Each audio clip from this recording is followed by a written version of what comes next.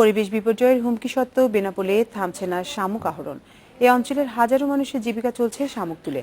বিপর্যয় ঠেকাতে চাষের পরামর্শ দিচ্ছে প্রাণী সম্পদ বিভাগ। তারা বলছে, চাষের মাধ্যমে শামুক উৎপাদন করা গেলে বিদেশেও রপ্তানি সম্ভব। বেনাপোলের স্বরূপদাহ ও গোগাবিলপাড়ায় বিক্রি হচ্ছে শামুক। রাস্তার পাশে অস্থায়ী দোকানে চলছে বেচাকেনা।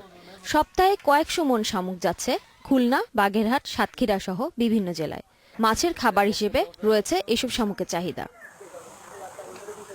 নিম্নাঞ্চল হওয়ায় বছরের প্রায় অর্ধেক সময়ই পানির নিচে থাকে বেনাপোলের বেশিরভাগ জমি।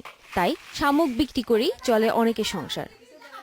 10-20 জন লোক মহিলারা তুলি আমরা শামুক 5 টাকা করে বেচি, আমরা সংসার কিছু চালাই। আর কম দামে শামুক কিনে লাভবান হচ্ছেন এক শ্রেণীর ব্যবসায়ী।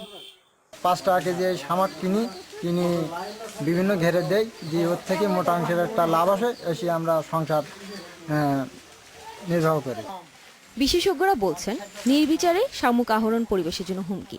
তাই মাছের সঙ্গে বা আলাদাভাবে শামুক ঝিনুক চাষের পরামর্শও দিচ্ছেন প্রাণী সম্পদ বিভাগ। আমরা প্রাণী সম্পদের উদ্যোগে খামারিদেরকে, চাষিদেরকে শামুক চাষে উদ্বুদ্ধ করছি এবং শামুক চাষ করে তারা জীবিকা নির্বাহ করছে। ভবিষ্যতে শামুক রপ্তানি করে আয় করা যেতে পারে।